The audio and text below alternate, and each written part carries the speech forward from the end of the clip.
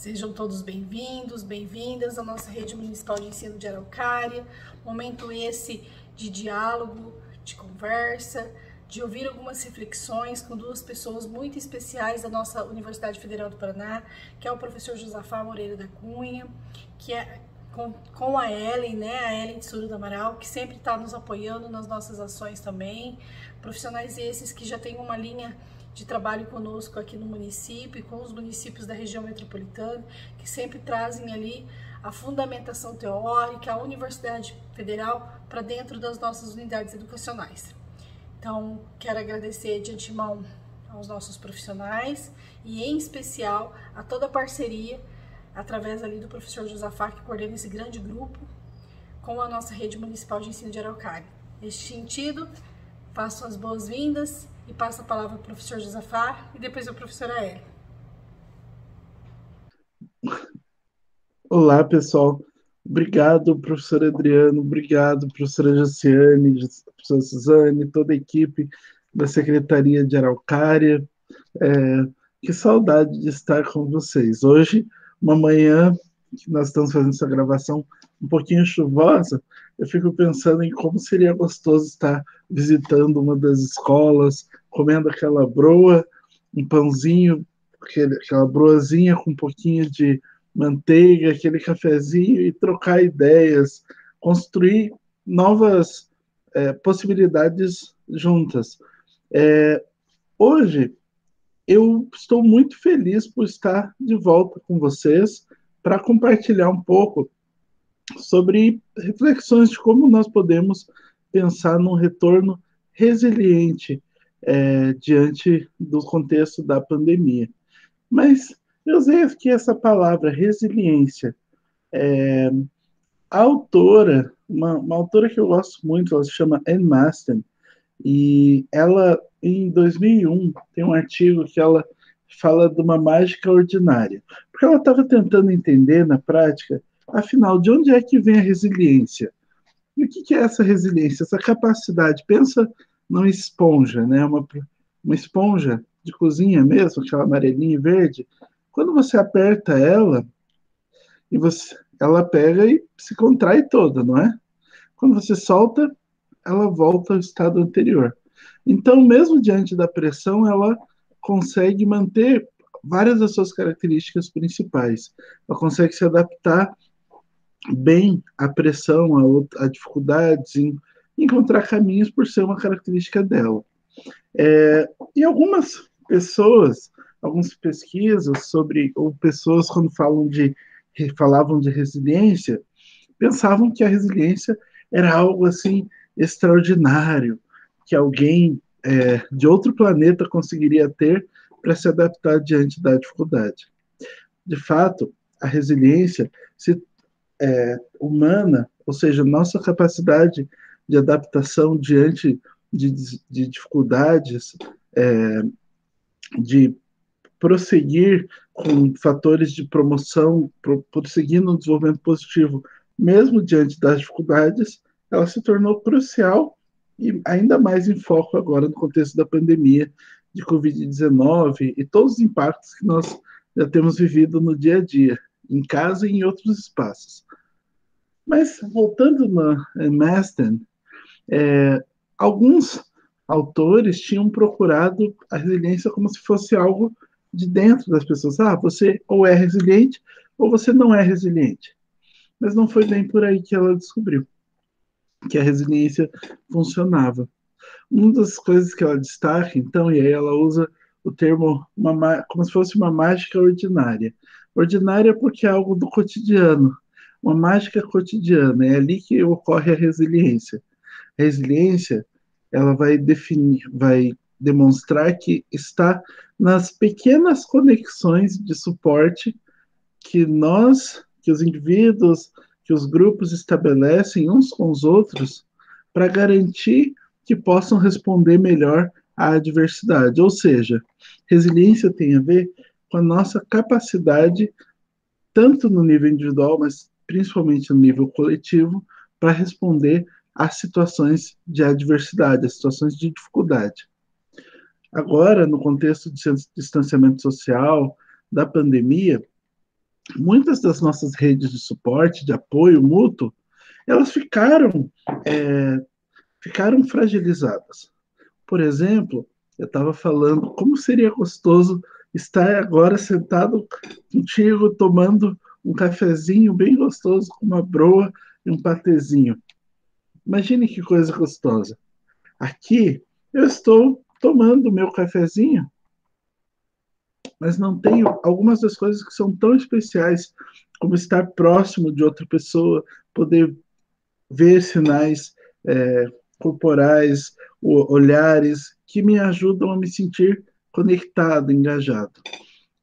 Isso, multiplicado pelo nosso cotidiano de distanciamento social ao longo de mais de um ano, faz com que nós estejamos precisando muito reinvestir nessa retomada dessas conexões positivas e retomar, então, né, essas formas de suporte social que vão fazer toda a diferença no momento em que muitos e muitas de nós estão precisando de apoio. Apoio de alguém que possa escutar e compartilhar das nossas histórias, nem todas histórias muito felizes, mas simplesmente poder compartilhar, ter alguém que te escuta, muitas vezes já faz toda a diferença que a gente precisa. Nós precisamos, então, restaurar essas redes de resiliência. E nós, como profissionais de educação especial, precisamos aceitar a importância de sermos cuidados e cuidar uns dos outros. É, e pensando, então, poxa, qual vai ser a lógica, né, dessa retomada? Uma lógica, então, onde nós vamos priorizar. Qual vai ser a prioridade? Já que a gente vai ter, está tendo tantas e tantas demandas de todas as direções para fazer tantas coisas. Bom, eu vou contar para vocês uma história que eu gosto muito, muito, e que fala um pouco sobre prioridade, sobre as coisas mais valiosas. Depois eu compartilho com vocês a referência. Mas havia então uma pequena aldeia, e nessa aldeia o dinheiro não entrava. Tudo que as pessoas compravam, tudo que era cultivado e produzido por cada um era trocado. A coisa mais importante, a coisa mais valiosa era o amor. Quem não produzia nada, quem não possuía coisas que pudessem ser trocadas por alimentos ou utensílios, dava o seu carinho. O carinho era simbolizado por um floquinho de algodão. Era normal que muitas vezes as pessoas trocassem floquinhos sem querer nada em troca. As pessoas davam carinho, pois assim todos se sentiam mais felizes e seguros. Um dia, porém, uma pessoa muito má convenceu um pequeno garoto a não dar mais os seus floquinhos. Dessa forma, ele seria a pessoa mais rica da cidade e teria o que quisesse. Ele ficou iludido por essas palavras dessa pessoa malvada, e então o menino, que era uma pessoa muito popular e querida na aldeia, passou a acumular todos os carinhos que encontrava. Em pouco tempo, a sua casa estava repleta de floquinhos.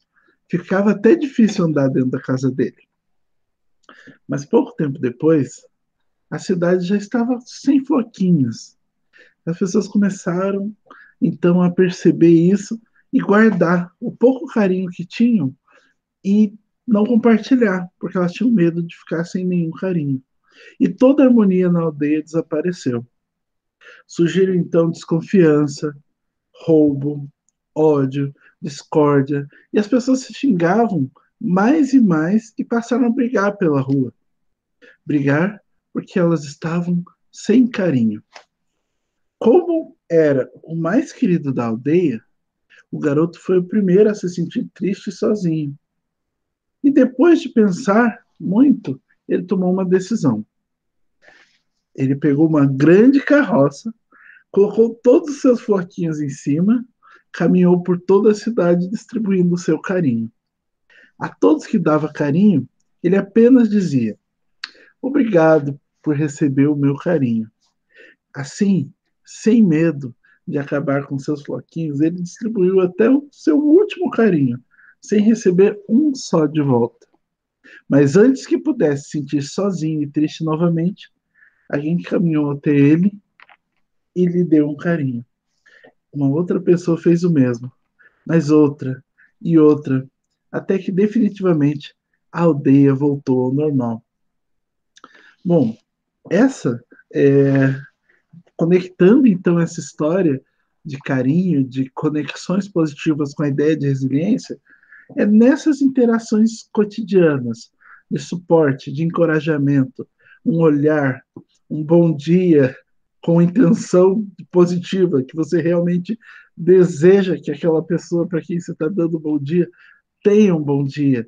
Então, é que eu digo para vocês um bom semestre, o melhor semestre que nós podemos construir. E com certeza isso vamos conseguir fazer juntos e juntas, apoiando, entendendo as limitações, entendendo as necessidades uns dos outros, uns das outras, entendendo que o ritmo de retomada, as demandas, a forma como cada um de nós está percebendo e vivenciando esses momentos é diferente. E essa diferença, essa diversidade é que é a nossa riqueza, porque nela nós podemos encontrar então diferentes formas e diferentes estratégias para lidar com os desafios que estão diante de nós. E se nos unimos, se trabalhamos, buscamos realmente priorizar o trabalho coletivo, o suporte social, reconhecendo então a importância de relações positivas para uma vida melhor em casa, no trabalho, na comunidade, nós vamos fazer a diferença. E olha, eu comentei, né, a Ellen está aqui conosco, comentei que eu ia falar um pouco mais da referência com vocês. Depois eu vou pedir, você pode visitar o site do Programa Diga, programadiga.com.br, e procurar lá o recurso chamado Diga em Casa. E essa é a lição, na verdade, número 1 do programa, dessa sequência didática chamada Diga em Casa, que a gente preparou, e ela aborda justamente uma reflexão sobre como relacionamentos saudáveis são fundamentais para a nossa saúde, para o nosso bem-estar, para uma vida plena, para uma vida feliz. Então, agradeço muito o convite, e estou muito à disposição para tirar dúvidas, para receber convites. Amanhã, quando vocês estiverem assistindo esse vídeo, provavelmente já terei tomado a segunda dose da vacina. Então, pessoal, também aproveitar o lembrete. Assim que tiver a oportunidade, vai lá, toma a primeira dose. Não esqueça de tomar também a segunda dose da vacina. E não esqueça também de compartilhar os carinhos, compartilhar as coisas boas que você pode encontrar no meio do caminho. Obrigada, professor Josafá. Gratidão por mais este momento. E passo agora a palavra para a professora Ellen. Bom, queria agradecer, né, a secretária Adriana, toda a equipe aqui de educação, né, de Araucária pelo convite, né, e as parcerias. Então, achei a fala do Josafá muito, muito interessante, né? Principalmente quando a gente começa a pensar de resiliência, às vezes a gente acha que é uma coisa muito particular da gente, a gente tem que tentar, e né, essas histórias que ele contou vão mostrando o quanto a resiliência, o bem-estar, as relações positivas, elas são sociais, né? Que a gente precisa, né, uns dos outros.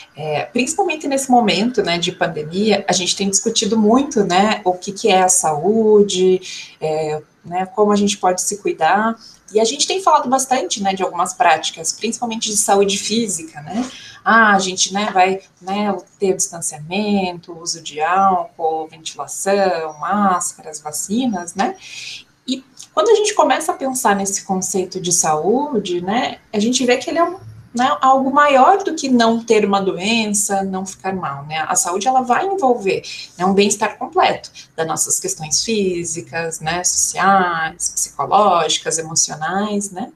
E eu acho que como a gente já conseguiu ver até nessa história, não tem como a gente pensar, né, em bem-estar, em desenvolvimento positivo, nosso, de jovens, sem a gente entender, né, o poder dessas relações. Então, quando a gente está num momento social tão complexo como esse de agora, né, a gente vê essa importância de tentar cultivar bons laços, né? E claro, para muitas pessoas, né, tá difícil mesmo. A gente tem enfrentado muitos medos, ansiedades, perdas, lutos, e hoje, mais do que nunca, talvez, né, é o momento da gente realmente reativar nessas conexões, exercer a nossa, não só resiliência, mas a nossa bondade, né, compartilhar, né, eu sempre falo, né, tem horas que a gente está forte e a gente consegue dividir um pouquinho da nossa força, né, com as outras pessoas que precisam, e tem horas que é o contrário, que a gente não está forte o suficiente e a gente precisa de um apoio. Então, quando a gente tem, né, uma rede, quando a gente tem uma conexão boa com as pessoas, a gente vai conseguindo se apoiar, né, uns nos outros, né, e nisso, nessa ideia de saúde, né, de suporte social, de resiliência, algo que às vezes a gente, né, não esquece porque não tem vontade, mas porque o dia a dia, né, vai puxando, é, assim, a importância do nosso, né, autocuidado, né, além do cuidado com o outro, né, e algo que às vezes a gente não dedica, né, muito tempo a isso, ou às vezes não consegue perceber, né, e por que eu tô falando isso? Né, porque a gente tem que estar bem para conseguir também, né, cuidar dos outros, trabalhar, fazer nossas coisas, né, para quem já andou de avião, né, tem uma frase assim que a gente escuta, né, que se você precisar colocar uma máscara de oxigênio, né, faltar oxigênio ali, coloque primeiro em você, né, depois do outro. Quando a gente fala de cuidado, né, de saúde mental, principalmente, tem um pouco disso também. Para eu conseguir ser essa força para o outro, eu preciso me cuidar um pouquinho. E esse me cuidar pode ser estabelecer boas relações, pode ser começar a perceber as minhas próprias emoções, perceber o que eu posso fazer no meu dia a dia, e aí sim eu vou ter aquela força, né, para trabalhar ali na minha rede. Para muitas pessoas, né, essa pandemia, ela trouxe, assim, uma sensação, né, de ansiedade muito grande. E o que né, vai ser ansiedade para a gente? A ansiedade, muitas vezes, ela vai ser aquele medo de que algo ruim possa acontecer num futuro próximo ou um pouquinho mais distante. Então, eu não estou vivendo ainda, né, aquela coisa ruim, aquela consequência, mas eu já estou imaginando, se acontecer isso, pode ser que venha aquilo, né? E a gente tende a sentir mais ansiedade quando a gente começa a perder um pouquinho o controle sobre as coisas na nossa vida, até a previsibilidade, né, que a gente tinha. Então, nesse momento, né, a gente que trabalha, né, com educação, né, a gente teve um momento e está vivendo, né, um momento muito instável. Essa instabilidade traz para a gente também às vezes a sensação de ansiedade, dessa perda, né, de antes eu tinha um planejamento anual, né, conseguia seguir aquilo e as coisas meio que vão indo, e agora a gente já não sabe, né, tão bem quanto antes, como que vai ser daqui a um mês, 2, 3, então a gente compreender que parte dessa ansiedade, ela também é ligada ao momento social que a gente vive, nos ajuda a compreender de, olha, eu posso estar ansiosa, meus colegas podem estar ansiosos, né, meus vizinhos, as pessoas da minha família, e isso também demonstra a necessidade da gente se apoiar, né, porque num contexto tem que estar todo mundo, né, ansioso, com medo, com receios, né, de várias formas diferentes, a gente estabelecer essas redes pode ser uma ferramenta poderosíssima, né, para a gente lidar com a ansiedade. Né, o que as pesquisas mostram para a gente, né, nos trabalhos, o que a gente vê que são formas de agir na ansiedade. A gente fortalecer as redes de apoio, né, isso pode diminuir um pouco, às vezes, o medo de voltar para o trabalho, ou, né, de fazer algumas coisas, ou como vai ser amanhã, e outras coisas também é a gente trazer um foco para o aqui e agora. Eu vou dar um exemplo. Né, a gente está com medo, sei lá, de pegar Covid, né, que é um medo muito comum, né, e aí a gente fica, como que vai ser se eu pegar, né, e aí a gente trazer essa preocupação para ações do aqui e agora pode ser uma forma bem eficiente, né, de lidar com isso, do tipo, o que eu posso fazer hoje para evitar, né, um contágio de Covid. Eu posso usar álcool, posso manter um distanciamento, posso, né, reportar, né, questões suspeitas, enfim, né, tudo isso que a gente fala, né, de protocolo. Então, a gente também tentar ficar focado nas nossas atividades do hoje, do aqui, do agora, né, nesse momento, é uma forma da gente lidar, né, com essa ansiedade, com esse medo que às vezes vem, né, num período tão instável, tão difícil, né, e tão diferente para todos nós. E aí, quando eu falo, né, de ansiedade, saúde, bem-estar, né, começa a vir uma coisa que é bem importante, né, que é o nosso autoconhecimento, né? O autoconhecimento, ele envolve isso, de eu saber, né, o que eu estou sentindo, né, o que eu estou passando, o que tem me causado algumas coisas, né? A gente na escola, né, fala muito das competências socioemocionais, né, que a gente trabalha com os estudantes, mas a gente compreender também, como será que está o meu autoconhecimento? Eu percebo as coisas que me incomodam, que são difíceis, que me causam ansiedade, né? Eu percebo, por exemplo, como que eu reajo quando eu fico irritada, né, ou quando eu fico feliz. Com isso, a gente tem também a nossa autorregulação, que aí, além de eu conhecer, né, como eu fico na minha vida, o que me move, o que me muda, seria assim, como que eu reajo frente a uma situação difícil? Sei lá, fiquei irritada com alguém, né? Como que eu reajo? Será que eu consigo parar, né? No DIGA a gente tem, né, o acrônimo, né, DIGA, dialogue, ignore, ganhe distância, ache ajuda. Será que eu ganho distância ali quando eu preciso, né, ter um tempo para respirar? Será que eu acho ajuda quando eu preciso, né, de alguém ali comigo? Eu faço esse diálogo com as pessoas. Às vezes, quando é um problema relativamente pequeno, será que dá para ignorar? Né? Então, a gente também perceber, né, fazer esse exercício de autoconhecimento vai ajudar no nosso autocuidado, de perceber, aqui, olha, eu estou precisando conversar com alguém, aqui eu estou precisando de ajuda, não, aqui eu consigo dar ajuda, essa coisa eu sou muito boa, né, faço muito bem, e também vai ajudando a gente a lidar, né, com todas essas questões que a gente tem vivido, vai ajudando a gente a fortalecer as relações. Então, eu tenho um bom autoconhecimento, uma autorregulação, conseguir expressar as minhas emoções, né, as minhas habilidades sociais, são coisas que vão me ajudar muito na minha prática de trabalho, mas no meu bem-estar, na minha qualidade de vida, né. Essas histórias que a gente ouviu no comecinho, se a gente for parar para analisar, tem muito ali de relação social, de habilidades sociais, né, dessa troca, né, com os outros, às vezes de autoconhecimento, né, também, e algo assim que eu acho que é importante também a gente, né, conversar, começar a pensar, é que nem sempre a gente vai, né, automaticamente estar bem. O que isso quer dizer? Antes da pandemia, a gente tinha um jeito de viver, de agir que podia funcionar, né? Estava bem, conseguia dar conta das coisas, né?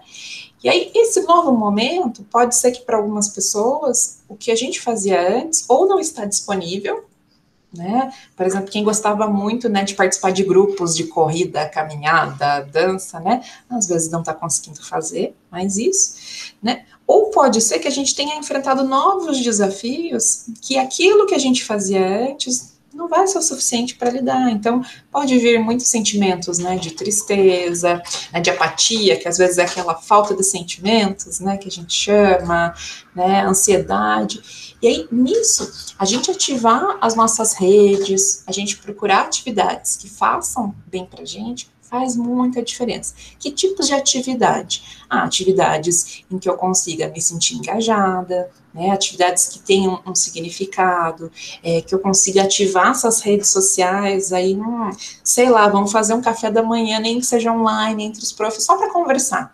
Né? A gente está cansado, às vezes, de reunião, né, de muitas coisas, mas a gente usar intencionalmente a tecnologia, as possibilidades, para buscar atividades que façam bem para a gente, também é cuidar da nossa saúde, também a gente, né, entrar nessa ideia do autocuidado e do cuidado com o outro, porque se eu vou estar bem, eu vou ter mais paciência, né, com os meus estudantes, com os meus colegas, com as minhas questões de trabalho, né, a gente vai conseguir, muitas vezes, também lidar melhor quando vem algum desafio, e isso também ajuda a gente até a dividir, né, muitas vezes as preocupações, ou encarar de uma forma diferente, né. Eu ouvi aí que na rede de vocês tem questões de meditação, né, várias ações, várias frentes. Então, a gente buscar essa atividade, que não vai ser igual para todo mundo, mas buscar coisas que tragam sentimentos positivos, emoções positivas, pode ser uma estratégia muito importante. Né? E o que vão ser emoções positivas? Aquelas que me ajudam,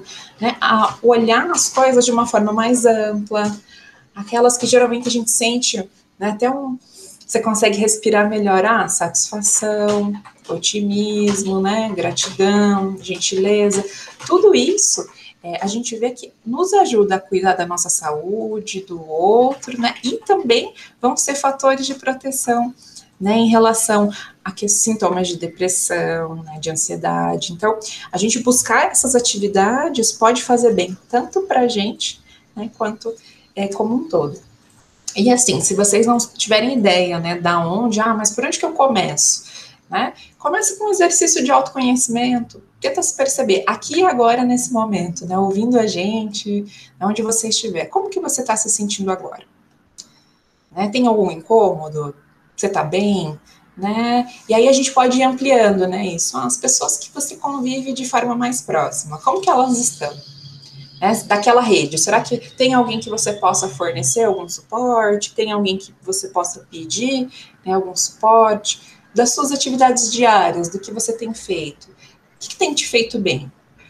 E veja que não é para ficar menos pior, né? É para ficar bom. O que eu estou fazendo para que a minha vida fique boa? Tem algo que eu faço por mim? Né, e até deixo aí o convite, né, de experimentar fazer uma coisinha boa por você por dia. Pode ser um banho mais quentinho, pode ser parar aqueles 5 minutos no café, pode ser ligar para alguém que você não vê faz tempo, né? E aí, se você não souber, né, nossa, tá faltando alguma coisa, procurar também o que vocês têm, né, tanto do município, quanto das possibilidades que a gente tem online, enfim, né, a gente até compartilhou com vocês uma rede aí de muitas ações para profissionais da educação, compartilhamento artístico, trocas, o próprio programa Diga, a gente tem alguns materiais para essas dinâmicas na família. Então, realmente buscar intencionalmente essas atividades para que vocês, né, consigam se fortalecer, consigam ficar bem e consigam ser esse apoio tanto para vocês, né, quanto para as pessoas ao redor. Né? Muito obrigado, e que legal escutar esse encorajamento, Ellen, seu, para a gente pensar em práticas de autocuidado. Poxa, é um grande desafio a gente, nessa retomada, romper essa inércia. Mas fica mais fácil quando não nos sentimos tão sozinhos, quando percebemos que estamos conectadas uns com os outros. Pensando em recursos adicionais, a gente compartilhou aqui, muito obrigado também, professora Josiane, professora Adriane, por toda essa articulação, por convidar, estamos sempre à disposição de vocês, tanto das escolas de vocês, como pessoas, para construir novos recursos, novos desafios juntos. E pensando nisso, que ali no link do vídeo você pode achar também aquele material do Diga em Casa, que eu mencionei, do programa Diga, e a Ellen vai comentar também de um material que ela preparou para compartilhar com vocês. Quero aproveitar também para reforçar o convite que vocês já estão recebendo, mas para que participem do Congresso Conviver 2021, que vai ser em outubro. Essa é mais uma atividade que nós estamos construindo juntas, a universidade, a rede de educação de Araucária, e várias outras redes de ensino, para pensar, para ter um momento onde nós vamos aprender juntos e compartilhar experiências sobre o que nós temos feito. Então, seja você, por exemplo, desenvolver um projeto interessante com uma turma específica, ou na atividade de gestão, de administração escolar, desenvolver uma atividade prática e você gostaria de compartilhar e relatar essa experiência, nós temos até agora, dia 30 de agosto, a chamada de trabalhos aberta.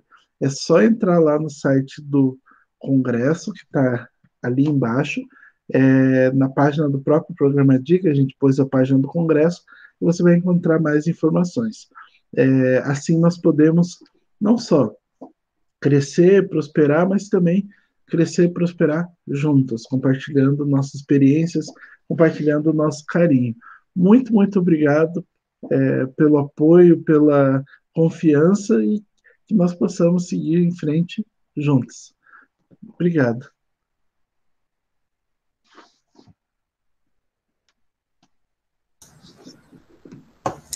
Bom, né, gostaria de agradecer a atenção, espero que, né, essa conversa tenha feito sentido, né, para alguns de vocês, né, junto com esse material tem, né, uma série de ações, né, de várias formas, compartilhamento artístico, apoio de grupos específicos, questões de apoio psicológico também, enfim, um material bem grande que foi organizado por outros colegas, mas que realmente tem ajudado muita gente a procurar, né, atividades que façam bem, né, nesse período. Espero ver todo mundo, né, no congresso, né, daqui a uns dias, e espero que vocês tenham aí boas ações. Estou curiosa para saber o que vocês vão desenvolver aí para autocuidado, né, no dia a dia. Um abraço.